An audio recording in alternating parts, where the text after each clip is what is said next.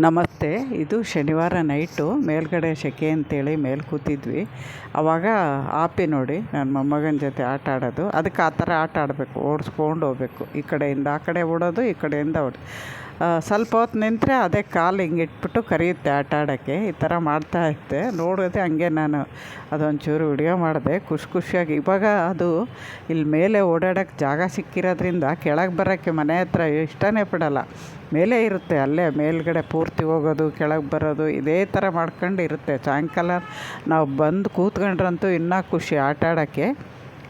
ಅದಾದಮೇಲೆ ನೆಕ್ಸ್ಟ್ ಈ ವಿಡಿಯೋದಲ್ಲಿ ತಿರ್ಗಾ ಬೆಳಗ್ಗೆ ತೋರಿಸ್ತೀನಿ. ಇದೊಂದು ಸ್ವಲ್ಪ ನಾನು ಅಲ್ಲಿ ಕೂತಿದ್ನಲ್ಲ ಅಂತ ಹಂಗೆ ತುಂಬ ಜನ ಕೇಳ್ತಾ ಇರ್ತಾರೆ ಆಪಿ ಹೆಂಗಿದೆ ಅಂತ. ಅದಕ್ಕೆ ನಾನು ಆದಾಗ ವಿಡಿಯೋ ಮಾಡಿ ನಿಮ್ಮ ಜೊತೆ ಶೇರ್ ಮಾಡ್ತಾಯಿದ್ದೀನಿ ನೋಡಿ.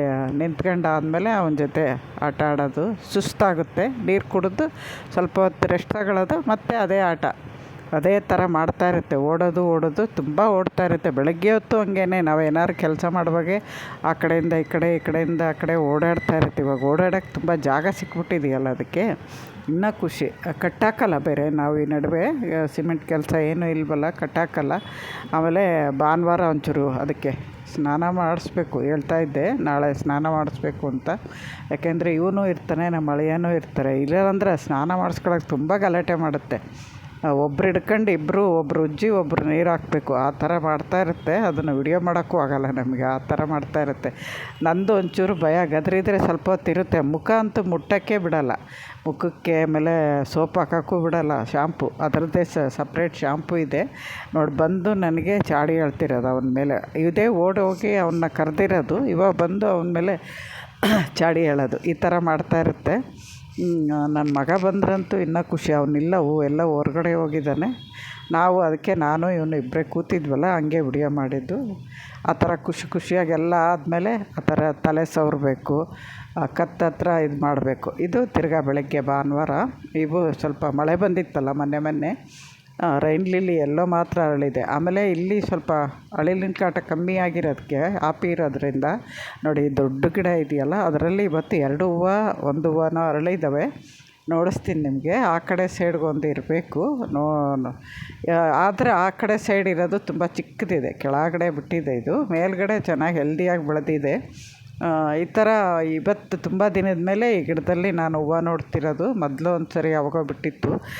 ಇವಾಗ ಒಂದೊಂದು ಮೊಗ್ಗು ಆಗ್ತಾಯಿದ್ದಾವೆ ಎಲ್ಲ ಕಡೆ. ಖುಷಿಯಾಗುತ್ತೆ ನೋಡಿ. ಎಷ್ಟೋ ವರ್ಷನೇ ಆಯಿತು ಅನಿಸುತ್ತೆ ನಾನು ದಾಸವಾಳ ಜಾಸ್ತಿ ನೋಡಿ.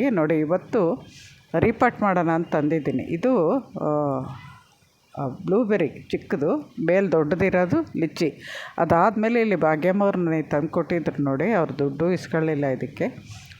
ಇದು ಒಂದು ಡಬಲ್ ಪೆಟಲ್ ಎಲ್ಲೋ, ಇನ್ನೂ ಒಂದು ಪಿಂಕ್ ಇದೆ. ಆಮೇಲೆ ಇದು ಹೇಳಿದ್ನಲ್ಲ, ಇದು ಹಣ್ಣು ಬಿಡಲ್ಲ ಮಲ್ಬರಿ, ಅದನ್ನು ತೆಗೆದುಬಿಡ್ತೀನಿ ಅಂತ, ಅದೊಂದು ಪಾಟು. ಅದೇ ಥರ 2 ಪಾಟು ಹೊಸ್ತಿತ್ತು, ನಾನು ಹಣ್ಣಿನ ಗಿಡ ತರ್ಸೋಕ್ಕೆ ಅಂತ ತರಿಸಿಟ್ಟಿದ್ದೆ. ಅವು ಇವಾಗ ಇದು ಮಾಡ್ತೀನಿ. ಇವಾಗ ಇದಕ್ಕೆ ಮಣ್ಣು ಸಪ್ರೇಟ್ ಏನು ತಂದಿಲ್ಲ ನಾವು. ನಾನು ಹೇಳಿದ್ನಲ್ಲ, ಧರ್ಮಕೋಲ್ ಬಾಕ್ಸಲ್ಲಿ ಇರೋದಲ್ಲ, ಆ ಮಣ್ಣು ಖಾಲಿ ಮಾಡಿ ಧರ್ಮಕೋಲ್ ಬಾಕ್ಸ್ ತೆಗೆದುಬಿಡ್ತೀನಿ ಅಂತ ನೋಡಿ. ಇವಾಗ ಅದರಲ್ಲಿ ನಾನು ವೇಸ್ಟ್ ಹಾಕಿದ್ದ ಗಿಡಗಳು ಚೆನ್ನಾಗೂ ಬೆಳೆದಿದ್ವು. ಇವಾಗ ತರಕಾರಿ ಹಾಕಿದ್ದೆ ಜಾಸ್ತಿ. ಅದು ಎರೆಹುಳುಗಳು ತುಂಬ ಇದ್ದಾವೆ ಇವಾಗ. ನಾವು ಹಾಕಿರೋ ವೇಸ್ಟು ಎಲ್ಲೆಲ್ಲೂ ಇಲ್ಲ ಇವಾಗ ನಾನು ಆ ದೊಡ್ಡ ಪಾಟ್ಗೆ ಹೋಲ್ ಮಾಡಿರ್ತೀನಿ. ನಾನು ಸೈಡಲ್ಲೇ ಹೋಲ್ ಮಾಡೋದು. ಅದರಲ್ಲಿ ಸ್ವಲ್ಪ ಒಂದು ಇದು ಒಡೆದಿರೋ ಪಾಟ್ ಪೀಸ್ ಇಟ್ಬಿಟ್ಟು ಹೋಲ್ಗೆ, ಅದಾದಮೇಲೆ ತೆಂಗಿನ ನಾರು ಹಾಕ್ಬಿಟ್ಟು ಈ ಥರ ಮಣ್ಣು ಹಾಕಿ ಚೆನ್ನಾಗಿ ಟೈಟ್ ಮಾಡ್ತೀನಿ. ಯಾಕೆಂದರೆ ಬರೀ ನೀರು ಈಚೆ ಬರಬೇಕು. ಜಾಸ್ತಿ ನಾವು ಬರೀ ಇದು ಮಾಡಿಬಿಟ್ಟು ಎಲ್ಲರೂ ಸಂದಿಲಿದ್ದರೆ ಮಣ್ಣು ಈಚೆ ಬರುತ್ತೆ. ನಾವು ತೆಂಗಿನ ನಾರು ಇಡೋದ್ರಿಂದ ಮಣ್ಣು ಈಚೆ ಹೋಗೋಕ್ಕೆ ಬಿಡಲ್ಲ, ಅದು ಅಲ್ಲೇ ತಡೆಯುತ್ತೆ, ಬರೀ ನೀರು ಬರುತ್ತೆ.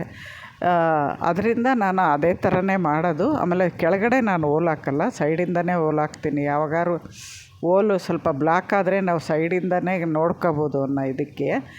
ಇವಾಗ ನಾನು ಸುಮಾರು ಒಂದು 2-3 ಇಂಚು ಮಣ್ಣು ಹಾಕ್ತೀನಿ ಮೊದಲು. ಯಾವಾಗಲೂ ಅಷ್ಟೇ, ನೀವು ಫಸ್ಟು ಸ್ಟಾರ್ಟಿಂಗ್ ರೀಪಾಟ್ ಮಾಡೋವಾಗಲೇ ಎಲೆ ಆಗಲಿ, ಆಮೇಲೆ ಹಸಿ ಎಲೆ ಏನೂ ಹಾಕಕ್ಕೆ ಹೋಗಬೇಡಿ. ಒಣಗಿರೋ ಎಲೆ ಕೂಡ ಕೊಳೆತ್ಬಿಟ್ಟು ಇದಾಗ್ಬಿಡುತ್ತೆ. ಸ್ವಲ್ಪ 1-2 ಇಂಚು ಮಣ್ಣು ಹಾಕೋದ್ರಿಂದ ನಾವು ಹಾಕೋ ವೇಸ್ಟು ಬೇಗನೆ ಗೊಬ್ಬರ ಆಗುತ್ತೆ. ಅದರಿಂದ ನಾನು ಹೇಳ್ತೀನಿ, ನಾನು ಯಾವಾಗಲೂ ಇದೇ ಥರ ಮಾಡ್ತೀನಿ. ನನ್ನ ಹಳೆ ವಿಡಿಯೋ ಎಲ್ಲ ಫುಲ್ಲು ನೋಡೋರಿಗೆ ಗೊತ್ತಿರುತ್ತೆ ನಾನು ಯಾವ ಥರ ರೀಪಾಟ್ ಮಾಡ್ತೀನಿ ಅಂತ. ತುಂಬ ದಿನಗಳು ಆಯಿತು ನಿಮಗೆ ರೀಪಾಟ್ ಮಾಡೋ ವಿಡಿಯೋ ಮಾಡಿ. ಅದರಿಂದ ನಾನು ಇವಾಗ ಹಣ್ಣಿನ ಗಿಡ ಮಾಡ್ತಿದ್ನಲ್ಲ ಅದನ್ನು ಹಂಗೆ ತೋರಿಸ್ತೀನಿ.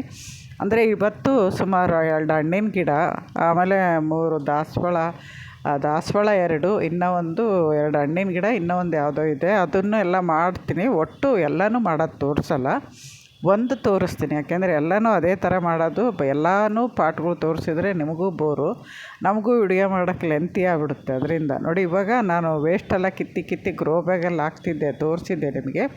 ಅದೆಲ್ಲ ಸುಮಾರು ಬಿಸಿಲಿಗೆ ಓಪನಾಗೇ ಇಟ್ಟಿರೋದ್ರಿಂದ ಒಣಗಿಬಿಟ್ಟಿದೆ, ಚೆನ್ನಾಗಿ ಒಣಗಿಬಿಟ್ಟಿದೆ. ಅದನ್ನು ಅದುಮೆ ಹಾಕಿದ್ದೀವಿ. 2 ಲೇಯರ್ ಹಾಕ್ತೀನಿ. ಇದು ದೊಡ್ಡ ಪಾಟು, ನಿಮಗೆ ನೋಡೋಕ್ಕೆ ವಿಡಿಯೋದಲ್ಲಿ ಎಷ್ಟು ಚಿಕ್ಕದು ಕಾಣುತ್ತೋ ಗೊತ್ತಿಲ್ಲ. ದೊಡ್ಡ ಪಾಟ್ ಹಣ್ಣಿಗೆ ಅಂತ ತರಿಸ್ತೀನಲ್ಲ, ಸುಮಾರು 18 ಇಂಚಸ್ ಪಾಟು ಇದು. ಅದಕ್ಕೆ ಇವಾಗ ಹಾಕ್ತಾಯಿದ್ದೀವಿ. ಹಾಕ್ಬಿಟ್ಟು ಫಸ್ಟ್ ನೋಡಿ, ಅದು ಪ್ರೆಸ್ ಮಾಡಿದರೆ ಹೆಂಗೆ ಇದು ಎಲೆಗಳು ಒಣಗಿದಾವಲ್ಲ, ಪ್ರೆಸ್ ಆಗೋವಾಗ ನಿಮಗೆ ಜೂಮ್ ಆಗೋದು ನೋಡ್ತಾ ಇದ್ದೀವಲ್ಲ. ಇವಾಗ ಪ್ರೆಸ್ ಮಾಡಿ ಹಾಕಿದ್ರೆ ನಾವು ಹಣ್ಣಿನ ಗಿಡ ಇಟ್ಟಾಗ ಅದು ಇನ್ನೂ ಕೆಳಗಡೆ ಹೋಗುತ್ತೆ. ಅದರಿಂದ ನೀವು ಆದಷ್ಟು ಟೈಟಾಗಿ ಪ್ರೆಸ್ ಮಾಡಬೇಕು. ವೇಸ್ಟ್ ಹಾಕಿ ಮಾಡಿಬಿಟ್ಟು ಇನ್ನೂ ಒಂದು ಸರಿ ವೇಸ್ಟ್ ಹಾಕ್ತೀನಿ ನೋಡಿ. ಇದು ಹಣ್ಣು ಬರೀ ವೇಸ್ಟೇ ನಾನು, ಯಾಕೆಂದರೆ ಕಿಚನ್ ವೇಸ್ಟ್ ಇನ್ನೂ ನಾನು ಯೂಸ್ ಮಾಡ್ತಾಯಿಲ್ಲ. ಯಾಕೆಂದರೆ ಇಲ್ಲಿ ರಿಪೋರ್ಟ್ ಮಾಡೋದು ಯಾವಾಗ ಏನೋ ಗೊತ್ತಿರಲ್ಲ, ಅದನ್ನ ಇಟ್ಬಿಟ್ರು ವಾಸನೆ ಬರುತ್ತೆ ಅಂತ ನಾನು ಮಾಡೋಕ್ಕೆ ಹೋಗ್ತಾಯಿಲ್ಲ. ಇವಾಗ ಸದ್ಯಕ್ಕೆಲ್ಲ ಜೋಡಿಸಾದ್ಮೇಲೆ ಕಿಚನ್ ವೇಸ್ಟ್ ಮಾಡೋದು ಅಥವಾ ರಿಪೋರ್ಟ್ ಮಾಡುವಾಗ ಕಿಚನ್ ವೇಸ್ಟ್ ಹಾಕೋದು ತೋರಿಸ್ತೀನಿ ನೋಡಿ. ಇದು ನಾನು ಕಟ್ ಮಾಡಿ ತೆಗಿಯೋಷ್ಟೊತ್ತಿಗೆ ಅದರಲ್ಲಿ ಲೂಸಾಗೇ ಇತ್ತು. ಇದು ಇದು ಲಿಚ್ಚಿ ಎಲ್ಲ ಮಣ್ಣೆಲ್ಲ ಬಂದ್ಬಿಡ್ತು, ಬೇರೆ ಏನು ಅಷ್ಟು ಜಾಸ್ತಿ ಬಂದಿಲ್ಲ. ಯಾಕೆಂದರೆ ಚಿಕ್ಕ ಕವರಲ್ಲೇ ಇರೋದ್ರಿಂದ ಜಾಸ್ತಿ ಬಂದಿಲ್ಲ. ಗಿಡ ಹೆಲ್ದಿಯಾಗಿದೆ ಇನ್ನು. ಅದರಿಂದ ನಾನಿವಾಗ ಅದನ್ನು ಇಟ್ಬಿಟ್ಟು ಚೆನ್ನಾಗಿ ಸುತ್ತ ಮಣ್ಣು ಹಾಕ್ತೀವಿ. ಇದು ಇಷ್ಟು ಮೇಲೆ ಇಟ್ಟಿದ್ದೀನಿ ಅನ್ಕೋಬೇಡಿ, ಇದು ಇನ್ನು ಸ್ವಲ್ಪ ದಿನಕ್ಕೂ ನೋಡಿಸ್ತೀನಿ ನಿಮಗೆ, ಯಾವಾಗಾದ್ರು ಇದರ ಅಪ್ಡೇಟ್ ಕೊಡ್ತಾ ಇರ್ತೀನಿ. ತುಂಬ ಕೆಳಕ್ಕೆ ಹೋಗ್ಬಿಡುತ್ತೆ ಇವಾಗ, ಯಾಕೆಂದರೆ ನಾವು ವೇಸ್ಟ್ ಹಾಕಿದ್ದೀವಲ್ಲ ಅದೆಲ್ಲ ಕೊಳೆತ್ಬಿಟ್ಟು ಇನ್ನೂ ಕೆಳಕ್ಕೆ ಹೋಗುತ್ತೆ ಮಣ್ಣು. ಆವಾಗ ಈ ಗಿಡನೂ ಕೆಳಕ್ಕೆ ಹೋಗುತ್ತೆ. ಆಮೇಲೆ ಇದಕ್ಕೆ ಕಸಿ ಮಾಡಿರೋದು ತುಂಬ ಹೈಟಲ್ಲಿದೆ, ತೋರಿಸ್ತೀನಿ. ಅದರಿಂದ ನಮಗೆ ಕೆಳಗಡೆ ಹೋದರೂ ಕೂಡ ಈ ಗಿಡ ನಮಗೆ ಮಣ್ಣಲ್ಲಿ ಹೋಗುತ್ತೆ, ಕಸಿ ಮಾಡಿರೋದನ್ನ ಭಯ ಇರಲ್ಲ. ನೀವು ಹಂಗೆ ನೋಡ್ಕೊಂಬಿಟ್ಟು ಕೆಳಗಡೆ ಇದೆಯೋ ಅಥವಾ ಮೇಲ್ಗಡೆ ಇದೆಯೋ ಕಸಿ ಮಾಡಿರೋ ಪಾಯಿಂಟು ಅಂತ ನೋಡ್ಕೋಬೇಕು ನೋಡಿ. ಇಲ್ಲಿದೆ, ಅದು ಇದೆಯಾ. ಇನ್ನು ಇದರಲ್ಲಿ ಅರ್ಧ ಕೆಳಗಡೆ ಹೋದ್ರೂ ನಮಗೇನು ಎಫೆಕ್ಟ್ ಆಗೋಲ್ಲ ಗಿಡ. ಅದರಿಂದ ನಾನು ಆದಷ್ಟು ಮೇಲೆ ಇಟ್ಟಿದ್ದೀನಿ. ಇನ್ನು ಕೆಳಗಡೆ ಹೋದ್ಮೇಲೆ ನಾನು ಇನ್ನೂ ಅರ್ಧಕ್ಕೆ ಮಣ್ಣು ಹಾಕ್ತೀನಿ. ಈ ಥರ ಮಾಡೋದ್ರಿಂದ ನಮಗೆ ಕೆಳಗಡೆ ಜಾಗ ಜಾಸ್ತಿ ಸಿಗುತ್ತೆ ಗಿಡಗಳಿಗೆ ಬೇರು ಇಳ್ಕೊಳ್ಳೋಕ್ಕೆ. ಗಿಡನೂ ಬೇರು ಜಾಸ್ತಿ ಇದ್ದಷ್ಟು ಹೆಲ್ದಿಯಾಗಿ ಬೆಳೀತವೆ. ಇನ್ನೂ ಅಷ್ಟು ಹೋಗ್ಬಿಡುತ್ತೆ ಕೆಳಗಡೆ ಸುಮಾರು. ಅದಾದಮೇಲೆ ಇಲ್ಲಿ ನಾವು ತುಂಬ ಎರೆಹುಳ ಇದ್ವು ಅಂತ ಇಲ್ಲೆಲ್ಲ ಆರಿಸಿ ಹಾಕಿದ್ದೀನಿ. ಅದರಲ್ಲೂ ಇವಾಗ ಮಣ್ಣು ರಿಪೋರ್ಟ್ ಮಾಡಿದ್ನಲ್ಲ, ಅದಕ್ಕೂ ಸುಮಾರು ಹಾಕಿದ್ದೀನಿ ಎರೆಹುಳ. ಅದಲ್ಲದೆ ಇನ್ನೂ ಇಷ್ಟು ಎರೆಹುಳ ಇದ್ದಾವೆ. ಎಲ್ಲ ಪಾಟು ರಿಪೋರ್ಟ್ ಮಾಡಾಯಿತು. ಅದಾದಮೇಲೆ ಇಷ್ಟು ಉಳಿದಿದ್ದಾವೆ ನೋಡಿ ಎರೆಹುಳ. ಇವನ್ನ ನಾನು ಬೇರೆ ಕಡೆ ಹಾಕ್ತೀನಿ. ಆಮೇಲೆ ಡ್ರಮ್ಮಲ್ಲಿ ವೇಸ್ಟ್ ಹಾಕಿಟ್ಟಿದ್ದೀನಲ್ಲ, ಅಲ್ಲಿ ಸ್ವಲ್ಪ ಡಿವೈಡ್ ಮಾಡಿ ಹಾಕ್ತೀನಿ ನೋಡಿ. ಇವಿಷ್ಟು ಗಿಡನೇ ಇವತ್ತು ರಿಪೋರ್ಟ್ ಮಾಡಿದ್ದು. ಒಂದು ಲಿಚ್ಚಿ, ಒಂದು ಬ್ಲೂಬೆರಿ, 2 ದಾಸವಾಳ, ಇನ್ನೂ ಒಂದು ಸಂಜೆ ಮಲ್ಲಿಗೆ ಅಂತ ಇತ್ತಲ್ಲ, ಅದು ಚಿಕ್ಕ ಪಾಟಲ್ಲಿತ್ತು ಇದರಲ್ಲೇ ಧರ್ಮಾಕೋಲ್ ಬಾಕ್ಸಲ್ಲಿ. ಅದನ್ನು ಹಂಗೆ ತೆಗೆದ್ರೂ ಯಾಕೋ ಡಲ್ಲಾಗಿದೆ. ಅದ್ರ ಬೀಜ ಅದರಲ್ಲಿ ಬೇಕಾದಷ್ಟು ಉಟ್ಕೊಳ್ಳುತ್ತೆ ಸಸಿ, ಅದೇನು ಪ್ರಾಬ್ಲಮ್ ಇಲ್ಲ. ಇಷ್ಟು ರಿಪೋರ್ಟ್ ಮಾಡಿ ಸ್ವಲ್ಪ ನೆರಳು ಬರುತ್ತೆ ಇಲ್ಲ ಒಂದು 5 ನಿಮಿಷಕ್ಕೆ, ಅದಕ್ಕೆ ಅಲ್ಲಿ ಇಟ್ಟಿದ್ದೀನಿ. ಅದಾದಮೇಲೆ ಸಾಯಂಕಾಲ ನೋಡಿ, ಇದು ಬಾಳೆಹಣ್ಣಿನ ಸಿಪ್ಪೆಯಿಂದ ಮಾಡಿದ ಲಿಕ್ವಿಡ್ಡು. ಸುಮಾರು 8 ತಿಂಗಳಾಯಿತು ಇದನ್ನು ಮಾಡಿಟ್ಟು. ನೋಡಿ ಯಾವ ಥರ ಆಗಿದೆ. ಬರೀ ಸಿಪ್ಪೆ, ಹಣ್ಣು ಹಾಕಿಲ್ಲ ಇದಕ್ಕೆ, ಬರೀ ಸಿಪ್ಪೆ ಎಷ್ಟಿತ್ತೋ ಬೆಲ್ಲ ಅಷ್ಟು ಹಾಕಿ ಮಾಡಿದ್ದು ವಿಡಿಯೋಗಳಿದೆ. ಬೇಕಾದವರು ನೋಡಬೇಕು ಅಂತ ತಿಳ್ಕೋಬೇಕು ಅನ್ನೋರು ಬೇಕಾದ್ರೆ ನೋಡ್ಬೋದು ನೀವು ನೋಡಿ. ಇವಾಗ ನಾನು ಅದನ್ನು 20 ಲೀಟ್ರಿಗೆ, ಇದು ಒಂದು ನಿಮಗೆ ಅಳತೆ ಗೊತ್ತಾಗಿಲ್ಲ ಅಂದರೆ 1 ಲೀಟ್ರಿಗೆ 5 ml 1 ಸ್ಪೂನ್ ಹಾಕ್ಬೋದು. ನಾನು 20 ಲೀಟ್ರಿಗೆ ಅಲ್ವಾ, 1 ಗ್ಲಾಸ್ ತಗೊಂಡಿದ್ದೀನಿ ಅಂದಾಜು ಮೇಲೆ. ಇಷ್ಟು ಸಾಕಾಗುತ್ತೆ.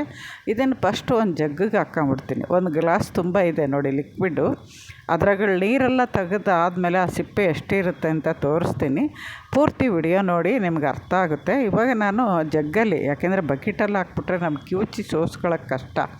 ಅದಕ್ಕೆ ಒಂದು ಜಗ್ಗಲ್ಲಿ ಹಾಕ್ಕೊಂಬಿಟ್ಟು ಚೆನ್ನಾಗಿ ಕಿವುಚಿ ಅದರಲ್ಲಿರೋ ಪೂರ್ತಿ ಸಾರ, ಸಿಪ್ಪೆಯಲ್ಲಿರೋ ಸಾರ ಎಲ್ಲ ನಮಗೆ ನೀರಿಗೆ ಬಂದುಬಿಡ್ಬೇಕು. ಆ ಥರ ಕಿವುಚಬೇಕು. ಒಂದೇ ಸರಿಗೆ ಆಗೋಲ್ಲ ಇದು. ಒಂದು 2-3 ಸರಿ ಈ ಥರ ನಾವು ಫಿಲ್ಟ್ರ್ ಮಾಡ್ಕೊಂಡು ಮತ್ತೆ ಆ ಸಿಪ್ಪೆಗೆ ನೀರು ಹಾಕಿ ಫಿಲ್ಟ್ರ್ ಮಾಡೋದ್ರಿಂದ ಅದ್ರಾಗಿರೋದು ನೀರು ತಿಳಿ ಬರೋವರೆಗೂ ಆ ಥರ ಮಾಡ್ಕೊಂಬಿಟ್ರೆ ಚೆನ್ನಾಗಿರುತ್ತೆ. ಆಮೇಲೆ ಆ ಸಿಪ್ಪೆ ಲಾಸ್ಟಲ್ಲಿ ಉಳಿದಿರೋ ಸಿಪ್ಪೆ ಯಾವ್ದಾದ್ರು ಒಂದು ಗಿಡಕ್ಕಾಗೋಷ್ಟೇ ಬರೋದು ಒಂದು ಸರಿ ಮಾಡಿದ್ರೆ. ಒಂದು ಗಿಡಕ್ಕೆ ಯಾವ್ದಾದ್ರು ಹಣ್ಣಿನ ನಿಮ್ಗೆ ಯಾವ ಗಿಡ ಇಷ್ಟ ಇರುತ್ತೋ ಆ ಗಿಡದಲ್ಲಿ ಮಣ್ಣು ಒಂಚೂರು ತೆಗೆದ್ಬಿಟ್ಟು ಅದರಲ್ಲಿ ಹಾಕ್ಬಿಟ್ಟು ಮೇಲೆ ಒಂಚೂರು ಮಣ್ಣು ಹಾಕ್ಬಿಟ್ರೆ ಸಾಕಾಗೋಗುತ್ತೆ. ಅದು ಬೇಗನೆ ಗೊಬ್ಬರ ಆಗೋಗುತ್ತೆ. ಇದರಲ್ಲೇ ಆಲ್ಮೋಸ್ಟು ಮೆತ್ತಗಾಗೋಗಿರುತ್ತೆ ಆ ಸಿಪ್ಪೆ ಎಲ್ಲ, ಬೇಗನೆ ಕೊಳ್ತು ಬಿಡುತ್ತೆ ಪಾಟಲ್ಲಿ ಹಾಕೋದ್ರಿಂದ. ಇಲ್ಲಿ ಬೇರೆ ನಾವು ಕಿವುಚ್ಬಿಟ್ಟಿರ್ತೀವಲ್ಲ, ಇನ್ನೂ ಸ್ಮೂತ್ ಆಗಿಬಿಟ್ಟಿರುತ್ತೆ. ನೋಡಿ, ಇದನ್ನು ನಾನು 2ನೇ ಸರಿನೂ ಸೋಸ್ಕೊತಾ ಇದ್ದೀನಿ. ಆದ್ರೂ ನೀರು ಇನ್ನೂ ಕಲರೆಲ್ಲ ಬರ್ತಾಯಿದೆ. ಒಂದೇ ಒಂದು ಗ್ಲಾಸಷ್ಟು ಬಾಳೆಹಣ್ಣು ಸಿಪ್ಪೆ ಬೆಲ್ಲ ಹಾಕಿರೋದು. ಎಷ್ಟು ಕಲರ್ ಬರುತ್ತೆ 20 ಲೀಟ್ರಿಗೆ ಅಂತ ನೋಡಿ ನೀವು.